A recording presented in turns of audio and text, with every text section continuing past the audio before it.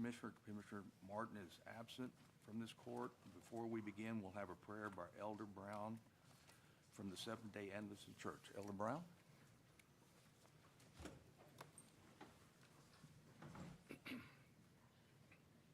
Heavenly Father, we thank you again for the privilege we have of coming here to serve you. We thank you again for giving us another day of life. Be with each one here, be with the proceedings here, and we ask for your Holy Spirit to be here. Continue to guide and direct as you see best. Comfort those that need comforting and heal those that need healing. And continue to watch over us as you have promised to do. We pray in your name. Amen. Amen. I pledge allegiance to the flag of the United States of America and to the republic for which it stands, one nation, under God, indivisible, with liberty and justice for all. Honor the Texas flag. I pledge allegiance to thee, Texas, one state, under God, one and indivisible. Thank you, Mr. Brown. We have any public comments? Okay, all right, for our public comments, just to let you all know there's a 3-minute limit. We'd ask that you please stick to that. You may see a timer come up there at the top back here as well. Mr. Daniel Moss?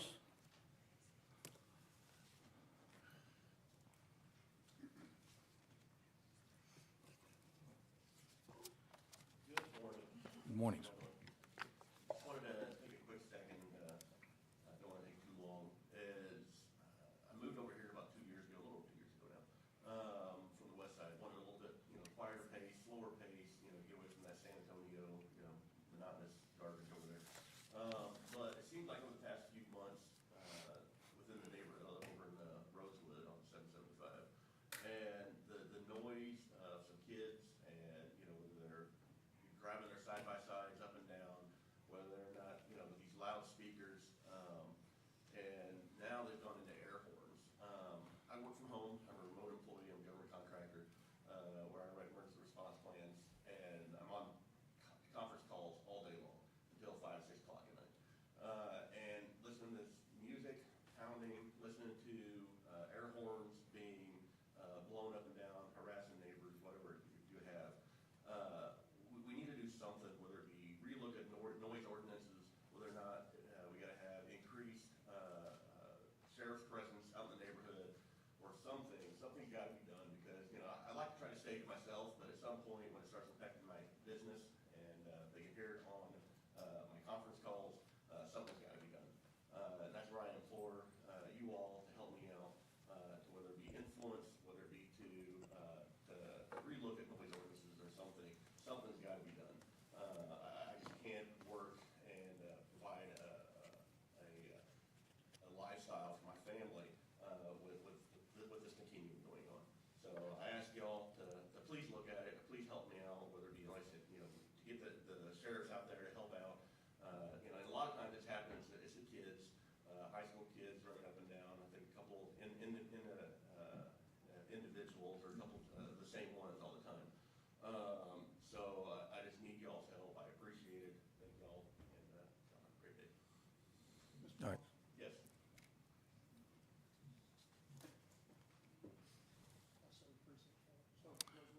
Thank you, sir. Mr. Billy Martins, you have the floor. Oh, yeah, I'll give my rest of my time to Mr. Martin here.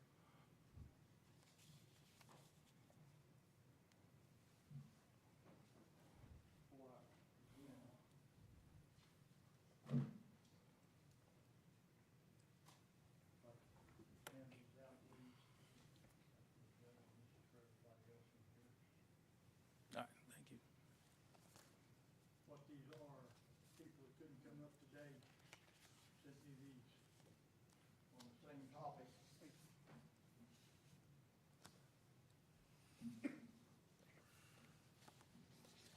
How many of you know what 148 decibels sounds like? Like a damn jet engine. If I were to scream in here, it wouldn't even begin to be like it is. I went out and with a meter. These people come down and they constantly running above 118 up to 148 decibels in front of my house. We live across the street down from each other. I called the other day, the sheriff's department, told them what we had a problem with. They called me back and said, well, there's nothing we can do about it. The law says there is no noise ordinance, but there is a disorderly conduct once somebody has been advised by the sheriff's department, a police officer, or a magistrate. And to have the sheriff's office tell me they can't do a damn thing about it, they will not come out to investigate. I said, fine, I'll come down and sign the paperwork. I was told, we won't take the response. I said, fine. The next time these little turkeys do this crap, I'll arrest one of myself and bring them in because there was a crime committed in my presence. Well, if you do that, I was told, we'll arrest you for illegal detainment and refusing for the cowardly people that work for the sheriff. I've got letters in here that a video was sent to him by a former, very high-ranking member of the Republican Party. Not a damn thing's being done. The parents of one of these boys come down and told us, my son can do whatever the hell he wants to do, and there's not a damn thing you can do to stop him. The two people that do this nonsense, one of them moved here from California, and one of them moved here from Louisiana. I've had 44 concussions and PTSD like crazy. And they pull up in front of my house, and they sent the other day 2 minutes. 2 minutes with an air horn blowing. They wake little babies up. They threaten people. They get out and they throw stuff at houses and cars. And the sheriff's department says there's nothing we can do about it. Well, I'll tell you what. I'm headed back to D.C. I'm going to be talking to the U.S. Attorney's Office, the Danny's office, the Cash's office, and also the DOJ. And there's going to be some changes down here. You people go after good people on this council. And the last time I spoke down here, back in February 1st of March, several of you tried to have me arrested for terrorism.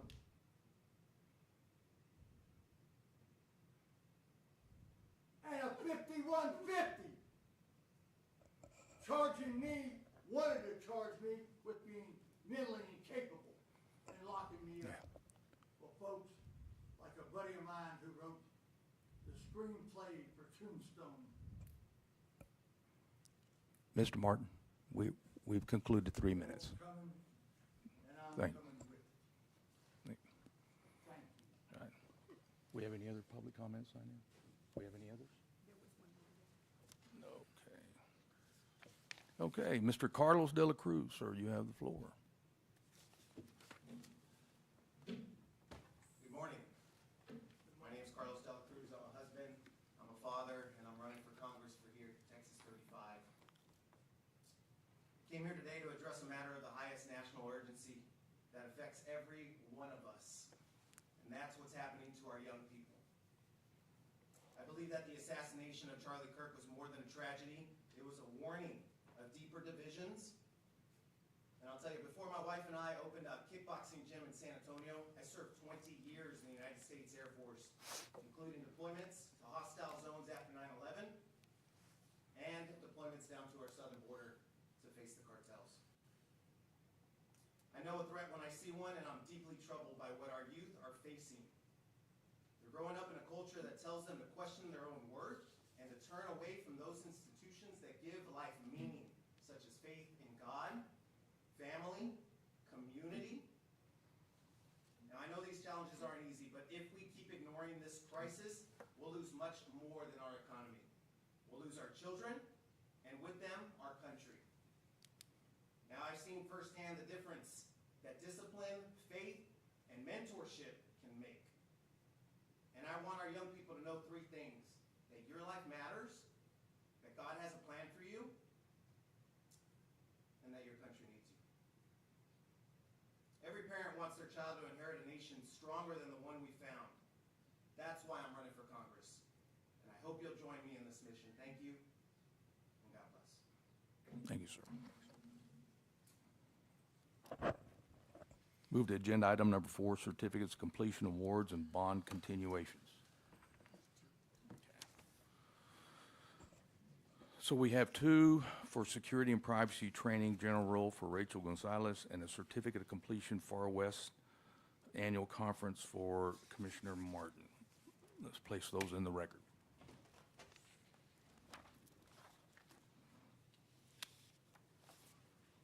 Agenda item number 5 are extension activity reports. You have the floor, ma'am. Good morning. They'll have our full extension activity reports. I just wanted to make a couple of notes that I did put a flyer in there for the Judges and Commissioners Conference that is happening in November. So if y'all are able to make it, please come Kerrville this year. If y'all have any questions, please let me know. Any questions, Commissioner? Okay, thank you, Ms. Dimmer.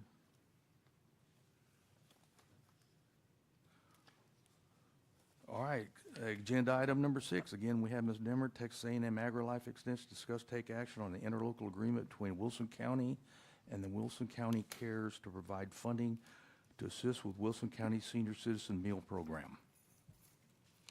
So I have Ms. Stevens on with me. She's our president of the Wilson County Cares organization. And so this agreement is taking over what y'all used to pay Canal County Senior Citizens Foundation for. They no longer serve Wilson County.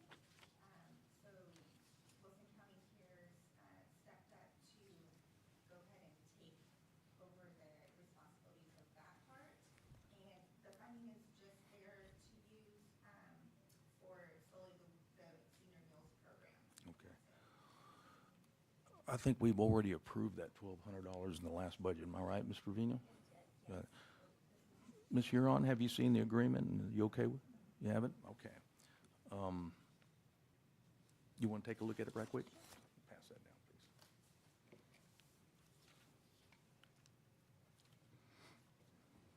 Did y'all provide a W-9 to my office for him? I believe so. If not, I can send it to you.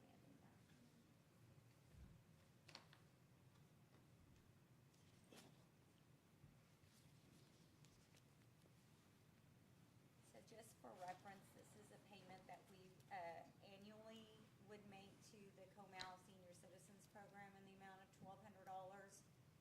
And just for clarification, their request now is for the payment to go to Wilson County Cares instead of the Comal. So while I have you here, Caitlin, I need to ask you a question. So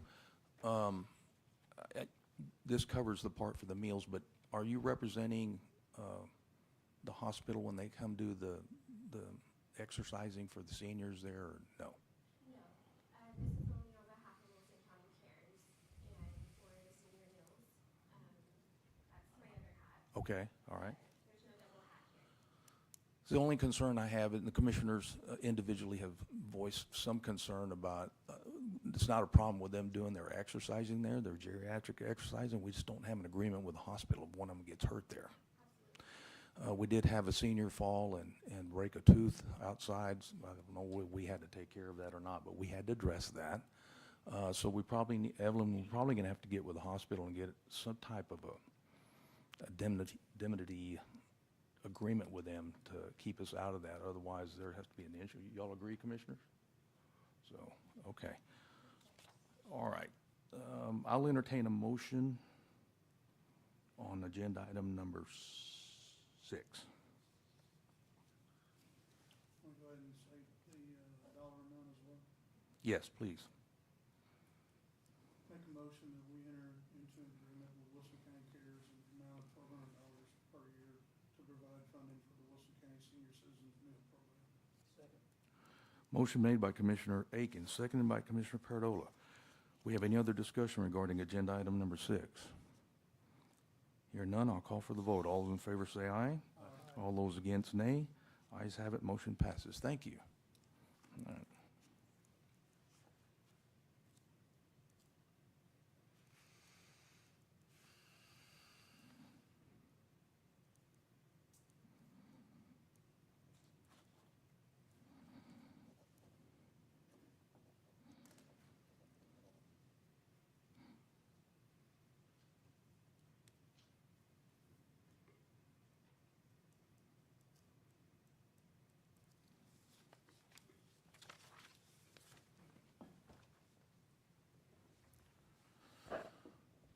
Agenda item number 7, we have Ms. Anna Nunez, Public Information Officer, discussion only, presentation of the U.S. Small Business Administration.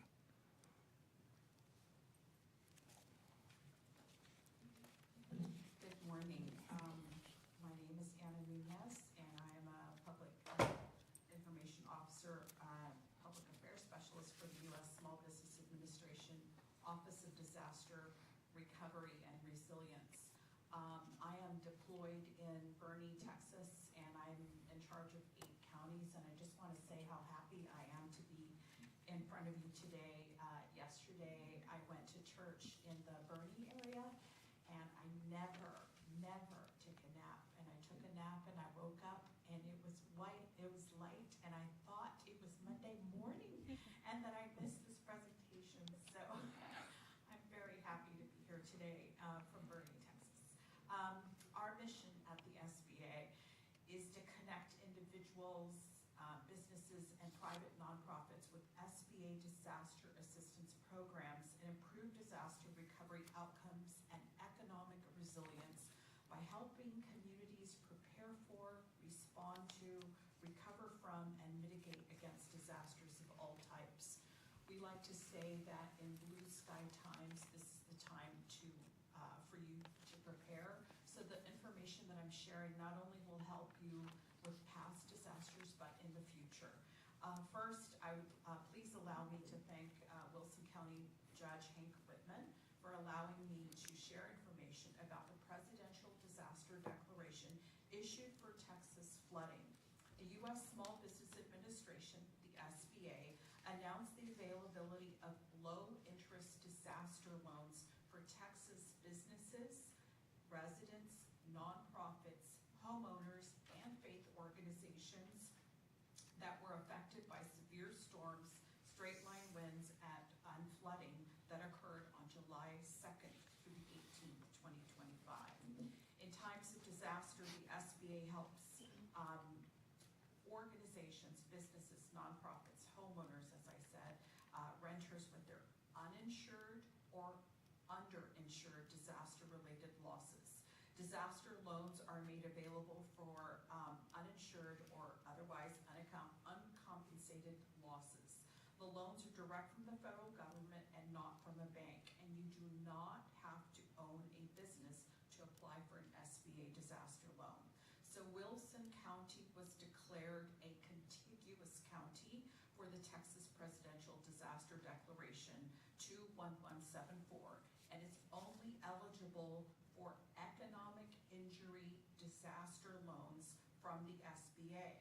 So economic injury disaster loans provide working capital for small businesses and nonprofits, faith-based organizations that suffered financial losses due to declared disaster. So what's different is these loans are available regardless of whether they have suffered property damage. So you don't have to have had property damage. The maximum business loan is $2 million. Businesses have low interest rates. For Wilson County, the economic injury disaster loans may be used to pay fixed debts, payroll, account payable, and other bills that were not able to be paid due to the disaster. There's no fee to apply. There's no payment and no interest for the first 12 months. There's no need to wait for insurance before settling, and you have 60 days to decide. There's no obligation whether you're going to accept the loan. So we say apply. My message to you here today is that SBA customer service representatives are available to assist small businesses, nonprofits, faith-based organizations with completing the disaster loan applications, answering questions about the loan program, and we are here to help. The deadline for the economic injury disaster loans is not until April the 6th of 2026. So it is on the far right-hand corner. Applying can be easily done by logging on to SBA.gov/disaster, or calling 1-800-659-2955. I'm here to respectfully request that Wilson County partner with us and share this information with your community. You are the trusted, respected leaders to share this SBA disaster information with your businesses, your nonprofits, your constituents through your website, newsletters, and social media. I promise to follow up in writing. I will send all of this information electronically, including social media tiles that will help you share the message. Please know that we are here to support you, and I am here to serve you. And so thank you for this time. If you have any questions, I'd be happy to address. Otherwise, I will follow up in writing. Any questions, Ms. Nunez? Okay, thank you. Thank you, Ms. very Nunez. much. Thank you. Thank you. Agenda item number 8, we have discussion only. Inform the public that funding has been allocated to the local no-kill animal shelter in the upcoming budget to assist with the county's ongoing problem with stray dogs and cats. An MOU or contract must first be agreed upon with the assistance of the county attorney's office. I put this on the agenda, Commissioners, to let the public know that we did have an allocation for this funding. We just need to sit down with the no-kill animal shelter to iron out an MOU, and also there's an agreement to build them 10 spots to put animals in. That it can be problematic if we need to think that out, because if they don't perform as we want them to do, what do we do then, now that we have property on their property? So we need to work it out with the county attorney's office, see how we do that. So I'll open the floor up to discussion. Or suggestions.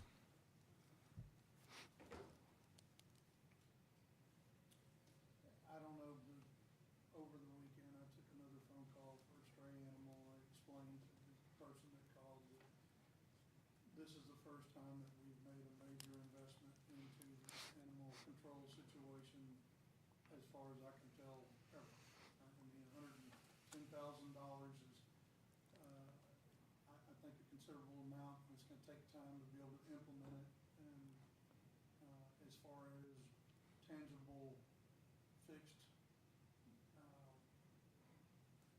that's kind of problematic, I believe.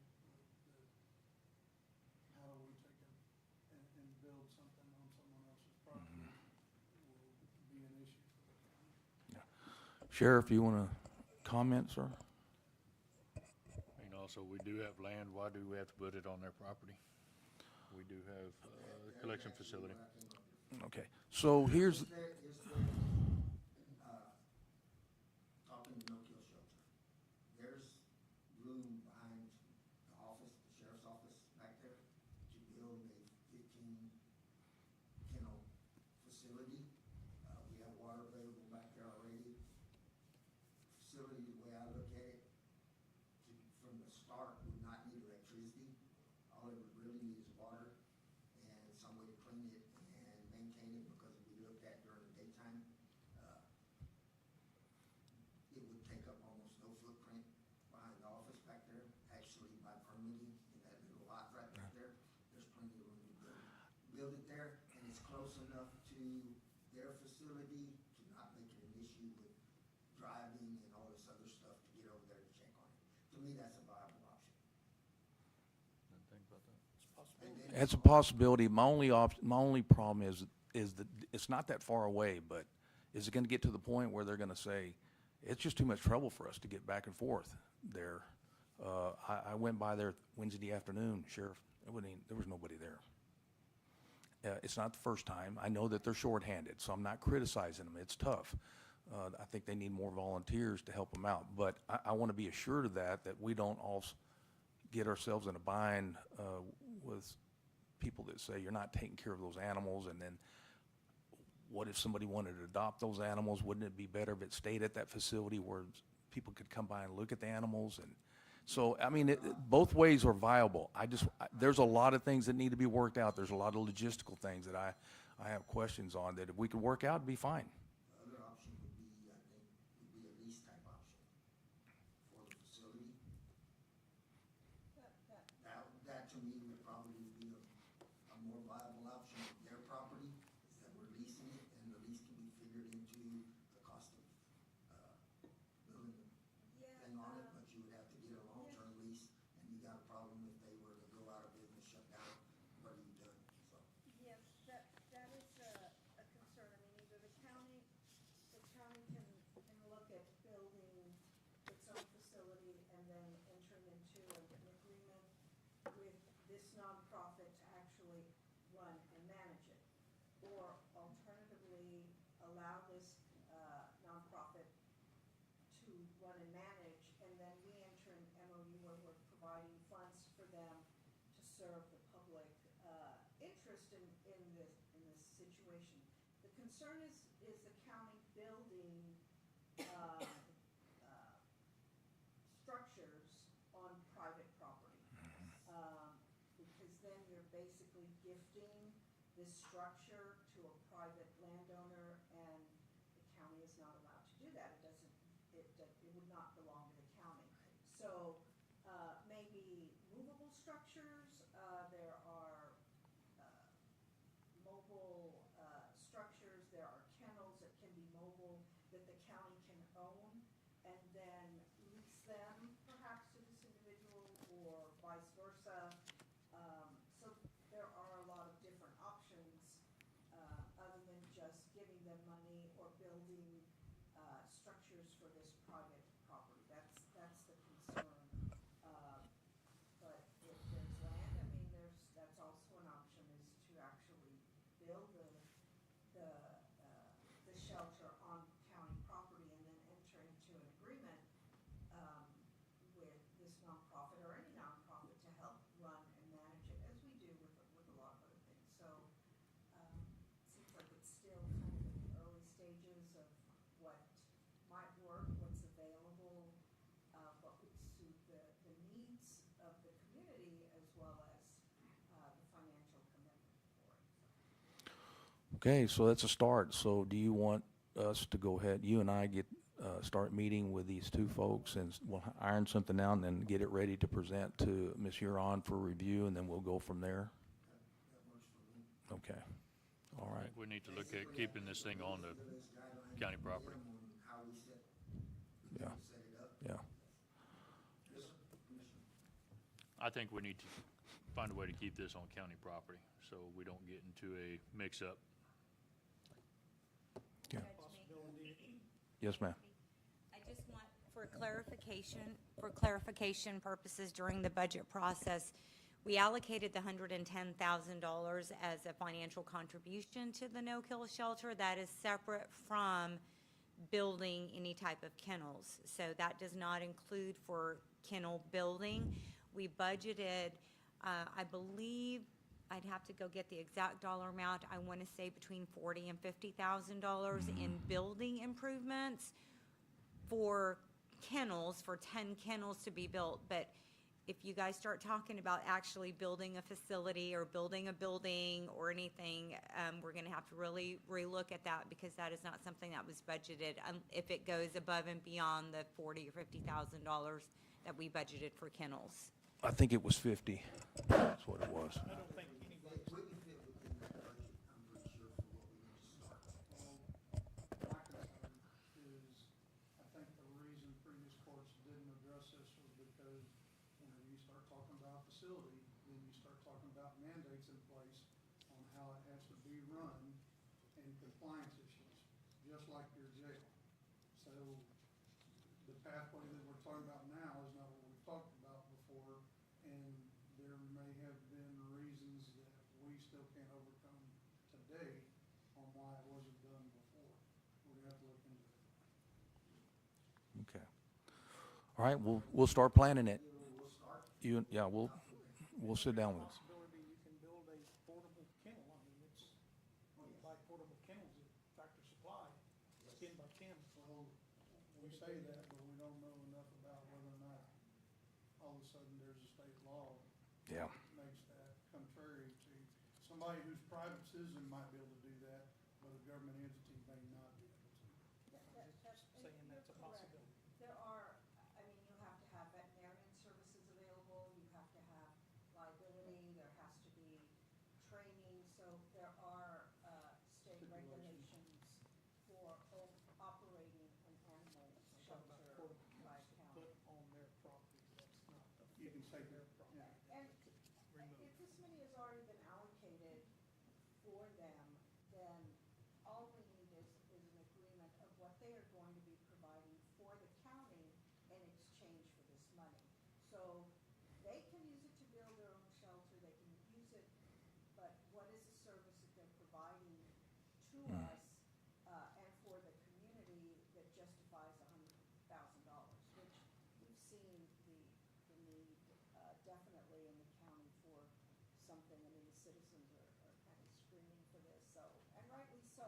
So, I think beginning with this $100,000 contribution of what they're going to provide, and then looking at other options, long-term, certainly be willing to look at that. Okay, we'll get together, Sheriff. Thank you. All right. Agenda item number 9, we have Commissioner King, Precinct 2, Teresa Nettles, County Attorney, and Jaylen Bodiford, Human Resource, to discuss and take action on employee badging and mass notification policy. So we're bringing this back to the court again. We've been talking, obviously, with the judges in the courthouses, security policies. And so, once again, I think Ms. Bodiford has revisited this as per what the commissioners asked. So I'll turn it over to her. You guys were emailed an updated version of the policy last week, Thursday, I believe. With some changes that I received from Commissioner King and Commissioner Aiken. So if you have any questions, concerns, I think. So I emailed concerns over exactly how the badging was being done. The policy still holds that we're gonna rely on the individual person, employee, to be able to take care of that on their own. And my concern is that this came out of the Security Council. Alright, so this was something that we all knew that we wanted to do anyways, as far as being able to help protect our employees and whenever somebody is submitting their own picture and doing their own credentialing, then there's no secondary source there to protect against something going on. We're a small enough county that I believe that we can take and do that and do it in a manner to where we allow our law enforcement officials or someone to be able to take and grab an ID, verify that what's being uploaded is the same as that ID.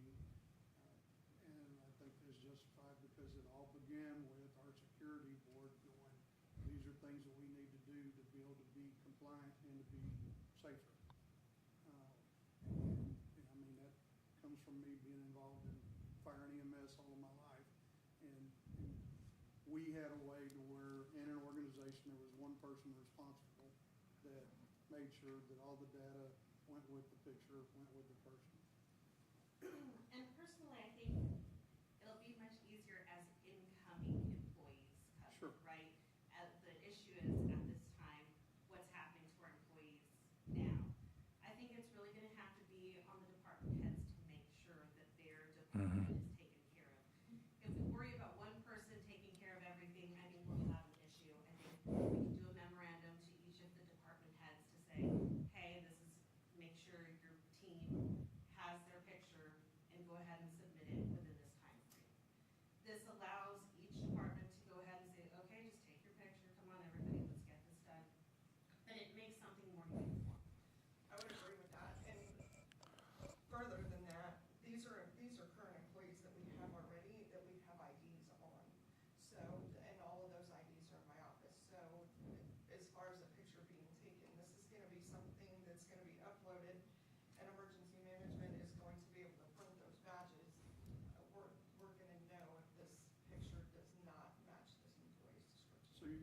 a secondary identification in your office on, whenever they get the file in there, you'll take a look at the picture that they put in there to be printed on the badge. So, Ms. Bodiford, let me ask you a question. I think you showed me the application, right? It's emailed it. It's very easy to maneuver on your phone, and would we agree the phone is a computer? We can do computer work on it, okay? Okay. Most employees have email addresses. I believe the only ones that don't are road and bridge guys and our custodians. But at the same time, our road and bridge, 2 of our precincts have cell phone allowances. The other 2 have foremans that do have phones, so I think it's gonna be something that's gonna be fairly simple to maneuver. And also to verify their personal information that we need in case of emergency, correct? Okay. And that was something I put there. Is there a problem with the department head or the elected being able to take, and I mean, I know all the people that work for me in my precinct. But they're probably gonna be using my phone or my computer, or I'm gonna be there with them whenever we're doing this. And is there anything wrong with me verifying against their ID? No? I mean, I'm just trying to make it No, as secure I don't think so, but if of a there was process as possible. And that should be current information for them anyway. That's her voter registration, everything else is going to that ID, right? Technically. So, yeah. And I think the other concern was, the last time we had discussion on this, is what is the definition of they lose it, if they, you know?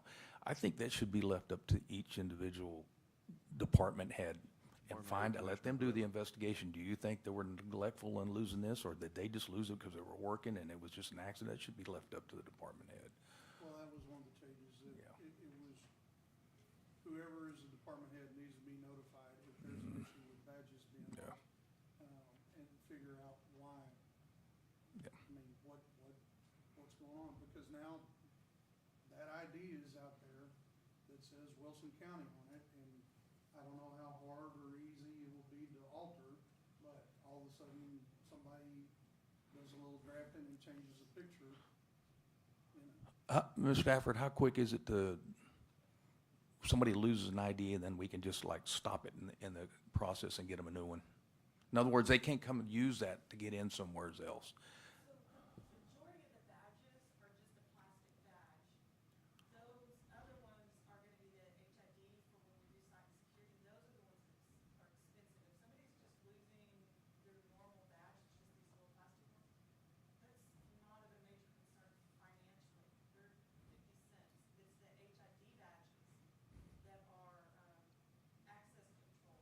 Those are $8 to $10 a piece, but all I have to do is go in. We have those. And it's assigned. You have it. Each person that has that badge number is assigned. You have one. And all I have to do is just turn that badge number off, so they can't have I access to tell the you. building. So all of us have those HID badges from Tatum. You remember taking those when we were in College Station? Did you get yours? No, I never got one. Not everybody will have, No. not, I've got one. right, but those are. You didn't get one? Building Been a access. judges conference. No, no, you were there. I was there. Yeah, Cards that she's referencing. So, Scott and I didn't get them, so. okay. so those would be for certain things getting in the EOC, Yeah. certain things with the sheriff's department, certain things with courthouses. But my guys won't have that badge. Correct. No, but, Road and Bridge. These are Yes. the five that are access controlled, the other ones will be hard. This is what Jalen is this is what everybody's gonna get. These are Yeah, it's a quick little badge. It's got a little thing on the back the of it. QR codes, those aren't getting you anywhere Nope. secured, because there's no access Nice. They're control just to it. ID badges. That's all it is. Just a picture, so there's nothing to turn off, turn on. Now, if somebody loses their PII badge or their HID badge, those are numbered on there, and that lets them go into whichever door we give them access to. So my card will only work into the doors that I access it to. okay. Those, just a picture. It's not a good picture, I just said it's a And picture. the thing is that if somebody goes, we're It's a good first picture. and foremost working on security, but now you have an ID badge out there, to where if somebody tries to charge something against the county and they go, okay, you're a county employee, and then we find out about about it during the normal cycle. You know, it's all about, once it's done, we need to make sure we protect it to the highest level, because if we don't, what good is it? Sure. And Okay. this will also, when you fill in the information, it'll also put us into the mass notification system, which is extremely necessary for our county that we don't have right now. All right. Question, just asking, do our road and bridge men need a badge? Yes. Every employee should have a badge. And when they put in the information for the badge, it also puts them into the mass notification system. It's like a all-in-one, so we want to make sure that everybody's in there. And the reason is, I mean, I wasn't here for the whole COVID thing, and thank God that thing's gone. But there was a lot of people, from my understanding, at the show barn doing things, right? So we want to make sure we got our people where they need to be, the accountability's there. So something like that, I mean, we just had, what, a couple of years ago, or was it last year? Heck, I can't remember. But, you know, a guy running across 181, and our sheriff's department and police department were chasing him down. That mass notification could have went out saying, hey, we can keep our guys away from Floresville while they're conducting business, trying to take care of business on the sheriff's department side. You know, high-speed chase. There's a lot of things that this is going to help us out with. You already get it whenever, you get a mass notification whenever your kid's in school and something happens in a school, a lockdown. It's no different than that, and that's something that we need to have our employees taken care of. We'll use it for countywide notification as well. If we have bad weather, we don't want employees on the road, we send it. That will work good. Yeah. Yeah. The ID badge also helps the sheriff's department identify employees, because some of those guys over there do not know who the employees are over here. And in the event of an emergency, they would be able to identify who's who. I understand all of that, but I can see our road and bridge guys losing these things on a weekly basis. Do they lose their driver's license? That's what I was gonna say. It should be right there with his driver's license. Okay, so they don't have to worry. No, I Nah, wouldn't recommend. I'd put it in a wallet. Our guys definitely. Our departments are not gonna be able to wear them, it's gonna be in the wallet. Whenever they go somewhere to represent us, then they need to take and badge up. Okay, any questions on this policy that we need to discuss beyond this? If not, I'm going to entertain a motion on agenda item number 9. I'm gonna make a motion that Wilson County goes into employee badging and mass notification system, and that is on your commissioners and department heads to get it taken care of as of right now. Motion made by Commissioner King, seconded by Commissioner Perdola. Any further discussion regarding agenda item number 9? Hearing none, I'll call for the vote. All those in favor say aye. Aye. All those against, nay. Ayes have it, motion passes. Thank you, ladies. Thank you very much. Agenda item number 10, we have Olga Marrero from the Elections Office, and discussion only. I guess we have a presentation by Rose Labus, of Republican Democratic judges and alternative judges for the 2026 primary election. Hi, ma'am. Good morning. Good morning. Each one of y'all should have a list of the election judges and alternatives turned in to Olga, submitted by the Republican and Democratic chair people.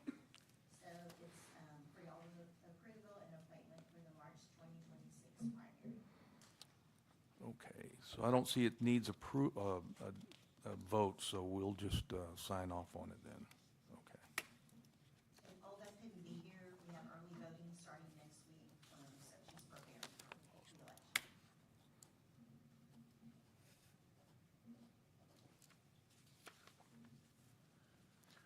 Okay, ma'am, thank you.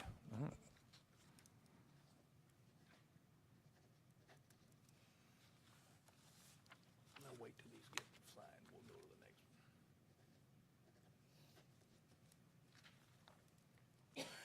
There's 2 pages, Commissioner.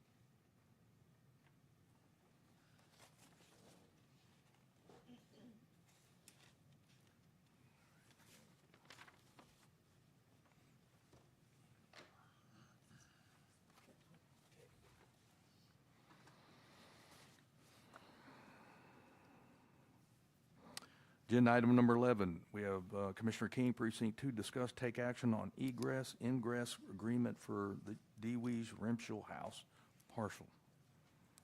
So, I've sent this to the county attorney's office as well. She's looked it over.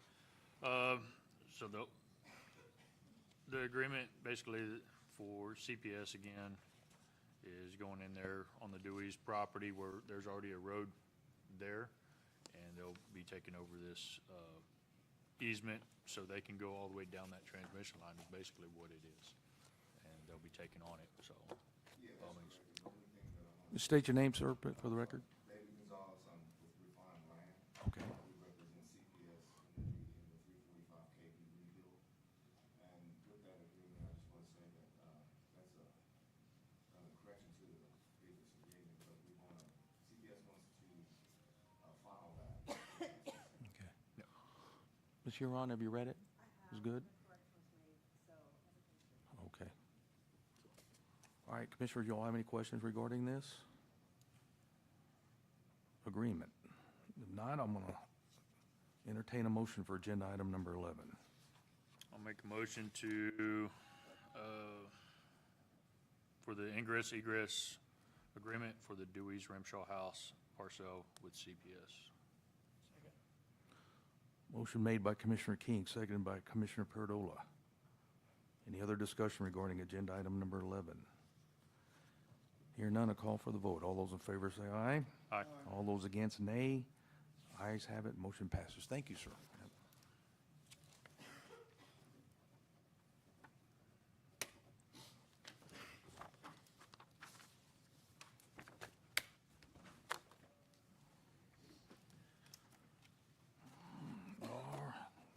Hang on for agenda item number 12. We have Ms. Lou Serato, Permitting and Development Director. We'll start with 12A, non-standard plat variance, discuss and take action on A1 County Road 342, 2961, Terra Firma Investments Incorporated. Yes, good morning.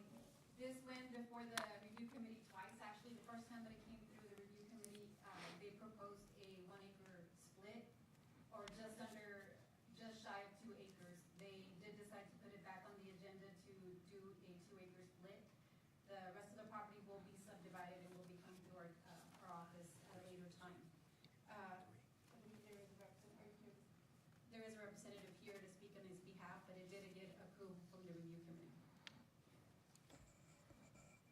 Okay. Yes, Yeah. we got an approval from the review committee. Commissioner Perdola, that's in your precinct. Any questions, sir?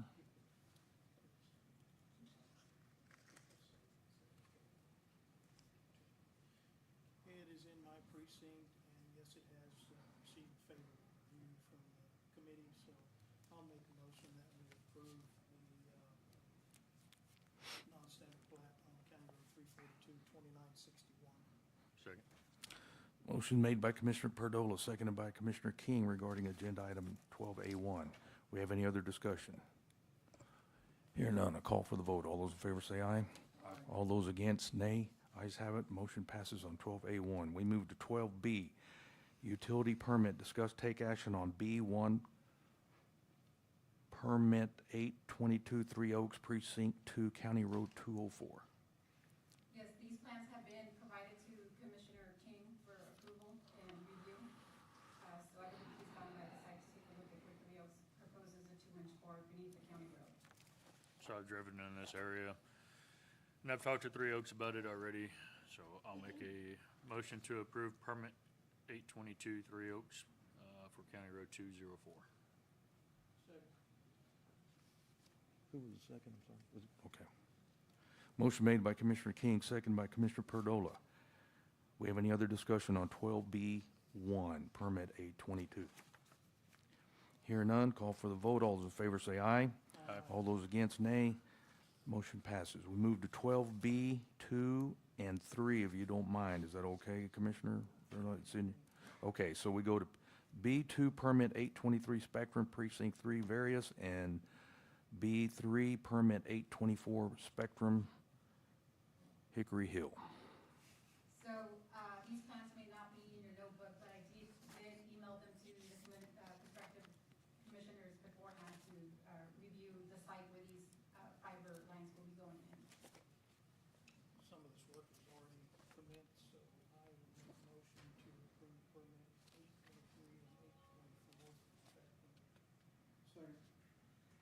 Motion made by Commissioner Perdola, seconded by Commissioner Aiken.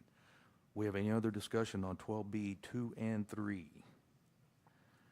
Hearing none, I'll call for the vote. All those in favor say aye. Aye. All those against, nay. Motion passes. We move to agenda item 12B 4 and 5. 4 being permit 825 Frontier Precinct 3 and 4 various, and and agenda item number 5, permit 826 Frontier Precinct 3 and 4 various. So just to speak on it, same story, different day. This is the way that it goes whenever we're dealing with them putting the fiber optic into the ground. They have the ability to not ask permission.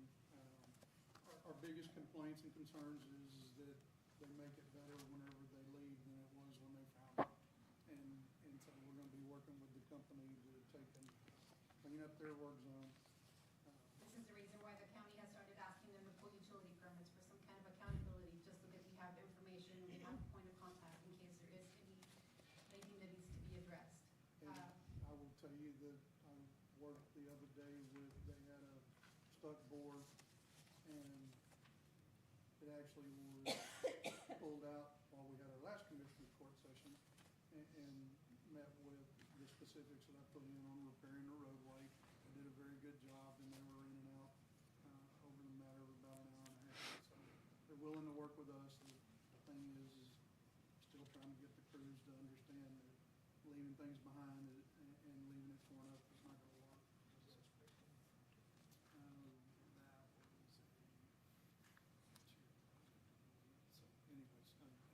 don't quote me on that, but I had their card, everything saved in there. I'd like to join those two, you okay with that? Yes. Okay. Okay, I'll entertain a motion on 12B 4 and 5. Make a motion that we accept permit 825, permit 826, being item 12, 4, and 5. Motion made by Commissioner Aiken, seconded by Commissioner Perdola. Any other discussion on 12B 4 and 5? Hearing none, I'll call for the vote. All those in favor say aye. All those against, nay. Ayes have it, motion passes. We now move to 12B 6, we're going to go to 6, 7, 8, and 9. Yes, sir. Okay, no problem with that, Commissioner? No, sir. Okay. 12B6, permit 827 Frontier Precinct 4 various. Item 7, permit 828 Frontier Precinct 4 various. Item 8, permit 829 Frontier Precinct 4 various. And item 9, permit 830 Frontier Precinct 4 various. Make a motion, we accept permits 827, 828, 829, and 830 from Frontier. They're items number 12, 6, 7, 8, and 9 respectively on our agenda. All right, motion been made by Commissioner Aiken, second by Commissioner Perdola. Do we have any other discussion regarding these 4 agenda items, 6, 7, 8, 9 under 12B? Anything else, Ms. Luz, on that? Everything good? Okay. All right, hearing none, no discussion, I'll call for the vote. All those in favor say aye. Aye. All those against, nay. Ayes have it, motion passes. We move to agenda item 12B 10, permit 831 Frontier Precinct 3 and 4 various. Make a motion that we accept permit 831, which is item 12, subsection 10 on the agenda. It's item 10. Agenda item 12, but number 10. I'm sorry, you're right, okay. All right, for agenda item 12B 10. Motion made by Commissioner Aiken, seconded by Commissioner Perdola. Any other discussion regarding 12B 10? Hearing none, I'll call for the vote. All those in favor say aye. Aye. All those against, nay. Ayes have it, motion passes. We now move to 12B 11, Precinct 3 various. I'll make a motion to accept permit number 832, precinct 3 various. Second. Motion made by Commissioner Perdola, second by Commissioner Aiken. Any other discussion on 12B 11? Hearing none, I'll call for the vote. All those in favor say aye. Aye. All those against, nay. Ayes have it, motion passes. We move to 12B12, permit 833, City of Kennedy. Precinct, I'm going to do both of those. Okay, is that okay with you, Commissioner King? All right, with 12B, 12, and 13, permit 833, City of Kennedy, Precinct 2, County Road 200E, and 13, permit 834, City of Kennedy, Precinct 2, County Road 202. So the Kennedy officials have been in communication with both our department and Commissioner King. They will be going beneath two sections in precinct 2, hence the 2 utility permits for this Kennedy water line to be proposed. So we've been out there, talked to the engineers. They're gonna go underneath the roads, case these lines and everything else. We've seen the maps, we've got the maps actually. So Where's that water coming from? that's coming out of the, what's that ranch? Bar None. Okay. Back to the Bar None Ranch. So, El Oso?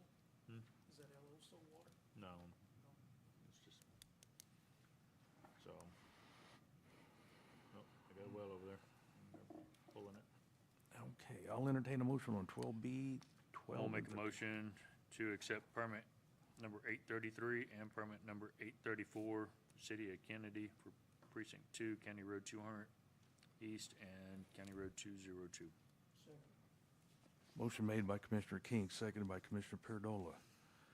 We have any other discussion on 12B, 12, and 13? Hear none, I'll call for the vote. All those in favor say aye. Aye. All those against, nay. Ayes have it, motion passes. We move to 12B, 14, and 15.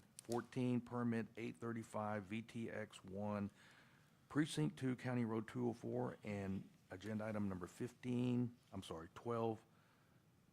12B15, permit 836 VTX1, Precinct 2, County Road 235. These again are proposed fiber optic lines. So,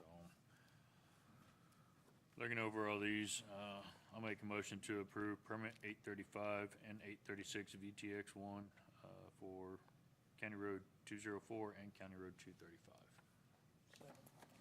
Motion made by Commissioner King, seconded by Commissioner Perdola.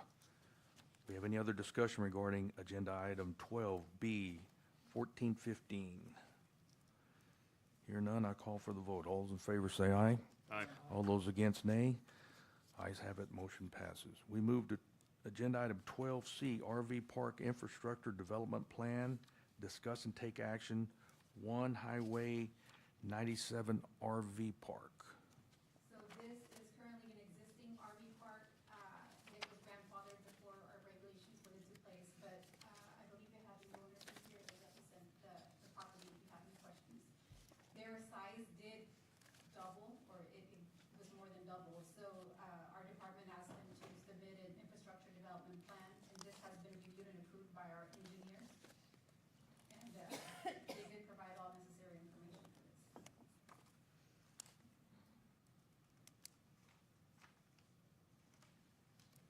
What precinct does it fall This is in? mine again. Okay. So, and it did go through the review committee and had a favorable on it as well, so. I'll make a motion to approve the RV park infrastructure, development plan off of, Highway 97 RV park. Motion made by Commissioner King, seconded by Commissioner Perdola. We have any other discussion regarding agenda item 12C1? Hearing none, I'll call for the vote. All those in favor say aye. Aye. All those against, nay. Ayes have it, motion passes. There's some pretty good plans in here, huh? Very well done. Yeah, Is it? he did a good job. Very good job. Yeah. So. Agenda item number 13, our Jim Stewart, our County Sheriff's Office Progress Report. I would, Judge, may I? Yes. I would just like to commend Sheriff Stewart and his team for this weekend at the Peanut Festival because they were all hands on deck and provided amazing security and safety for thousands of people who were here, so I really appreciate that. Good job, Sheriff. And also, I want to tell you that Deputy Sheriff Daly, Schuyler, brought me that pamphlet. That was very well done. I forgot to go by the office because. Should, can you bring one for the court next time so we can see that? Yes, I will bring some to. And can I'll donate it out of my own pocket. Can you get better card stock on that thing instead of regular paper? Okay, We can do that. okay, very, okay. I was gonna bring that today. It was very well done. She should be commended for that. Agenda item number 14, we have Genevieve Martinez, our county clerk, discuss and take action on Commissioner Court minutes. And they've been reviewed by the county attorney and the county judge's office. Commissioner Aiken did point out, 2 corrections that needed to be made, and they have been made on this copy. Okay. Okay, Commissioners, aside from those corrections being made, do we have any other comment on those before I entertain a motion? Just for transparency, it wasn't anything that was wrong with the body, it was just, my script notes I had down, like most of y'all do, which commissioners vote and how they vote, and things of that nature. That was corrected, so. Okay. All right. When someone's ready, I'll entertain a motion for agenda item number 14. Make a motion to accept the minutes for the September 8th and the September 22nd meeting as amended. Second. Motion made by Commissioner Aiken, seconded by Commissioner King on a close second. Have any other discussion on agenda item number 14? Hear none, I'll call for the vote. All those in favor say aye. Aye. All those against, nay. Ayes have it, motion passes.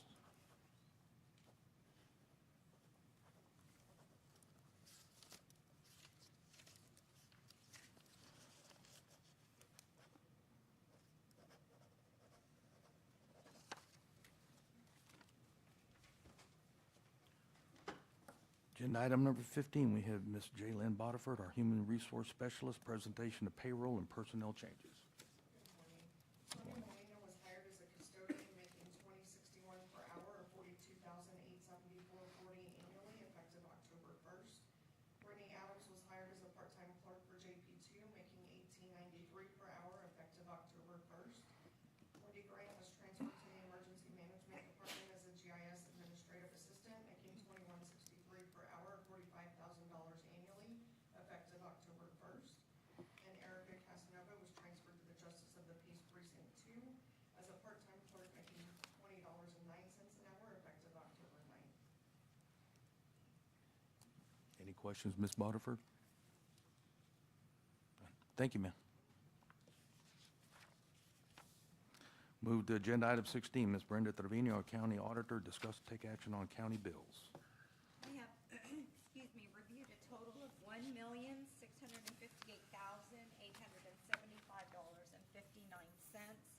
This does include a mixture of both 2025 and 2026 invoices.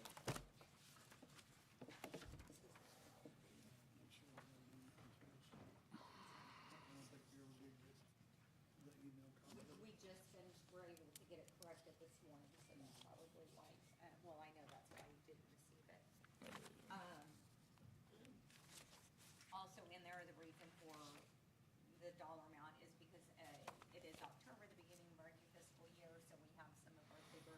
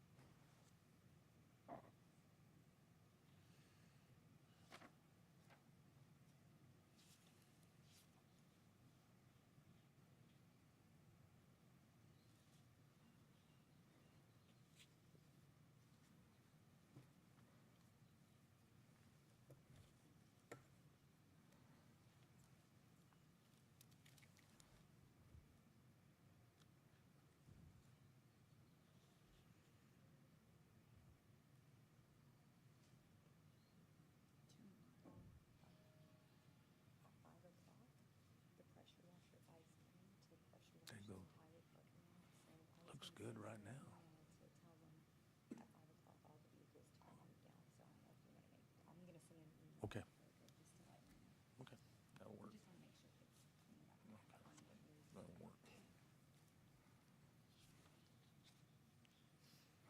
Have we resolved that issue with Broadus on that lien? Yes. Okay, that's been resolved? The invoice was paid and they removed the lien. Okay. I did. Normally, there's no lien that's allowed because there's a bond, but I did reach out to Broadus and let them know that we don't really like getting these kinds of letters. No. Even though they're very diligent about paying their contractors and they assured us, and there's always been transparency, but I let them know that it just doesn't sit well with the court to be getting those kind of notices, so please, in the future, if they could be a little more diligent when there's a contract. So they took care of that.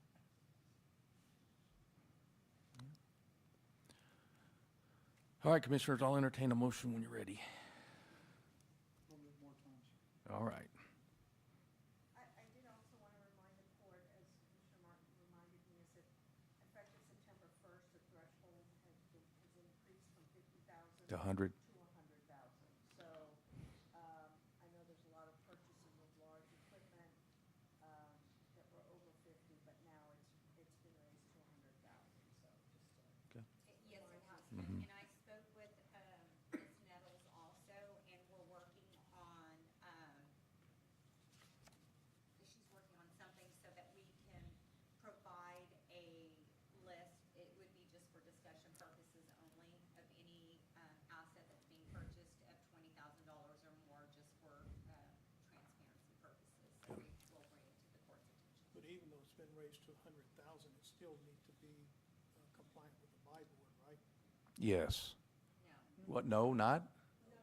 The buy board's completely different. As long as it's on the buy board, they, alternative to bidding. This is an option, because they have to go through very rigorous applications to be on the buy board, and there are strict requirements. So, and so if you're buying a piece of equipment that was over 50,000, as Commissioner Martin did, it was close to 75 or 90, instead of going out for bids, you can go to the buy board. And that's what he did, met all the requirements, so, you know, you don't. okay. Now, you can buy something up to 100,000 without being Correct. the But legislature we will finally. still, correct, but we will still bring it to the court for notification, Right. correct? The cost of the vehicles and everything that we deal with used to be in the 25,000 to 40,000 mark, and so 50,000 covered it. That's not the case anymore. And that's why they changed it, it's just the cost of goods and services is now increased, and instead of strapping the government, local governments, they just increase that. Okay. Also for your, go ahead. Mrs. Stafford, because $460,000, what all did we get? I would have to relook at the bill, but I know we are, all the landscaping is done. Okay, 98% of it is done. This is in reference to the Emergency Operations Center. The bill. new bill. So those bills are sent in, they're certified by RBK, and then I sign off on them. RBK verifies what work has been done, has actually been done. Tape, float, some paint, some wall tile, some floor tiles that's in the bathroom has been done. Fires are in, AC is in, drop ceiling is in, light is in. AC should be turned on, if not today, by the end of today. The transformer has been set. The fence is probably 80% done. So we are a good 85 to 90% completed with the project. So without actually having that bill in front of me, and a little Well, I'm just- complicated to read, but we're getting close. We have this number, so I'm gonna ask you about it, and I haven't even read it. I just wanna know, and 90% complete, 85% complete, what's your guess? Best guess, doesn't have to. 85. 85. They're still saying by the end of October, the 1st of November. I'm gonna go with that. I know I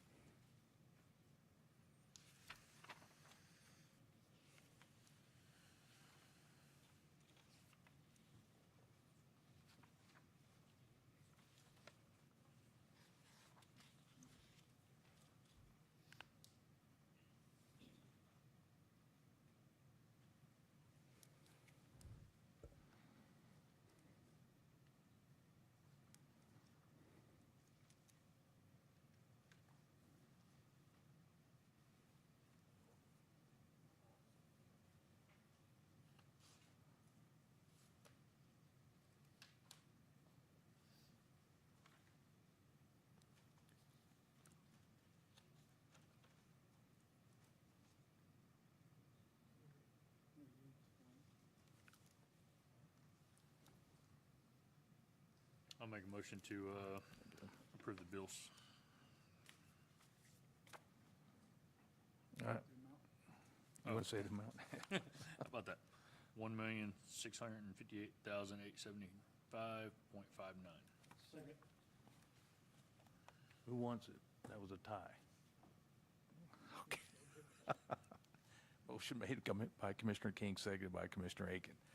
Have any other discussion regarding agenda item number 16? Hearing none, I'll call for the vote. All those in favor say aye. Aye. All those against? The motion passes. Before I call for adjournment, Commissioners, to let you know that we are doing away with this waste here, this burning paper all the time. You will now be, in the near future, we'll be receiving a tablet with everything downloaded, just like when we go to ACOG. All these attachments will be on there. The only things that we'll need to do on paper is what needs to be signed. And so it saves a lot of time and effort for people having, especially for our permitting office, they can upload it and it goes right into your laptop, and then it'll be taken and redone, saved and redone, and then you can come still pick that laptop up. It's a little tablet on, it's a tablet. Yeah, it's a little tablet. It's not, you can pick it up Friday though and take it and look at it beforehand. I'll entertain a motion to adjourn. Motion to adjourn. Motion made by Commissioner King, seconded by Commissioner Paradola. All those in favor say aye. Aye. All those against? We are adjourned at 10:15 a.m. It'll be in there, yep. I mean, to our phones, the agenda. Yeah, it's still come to your phone.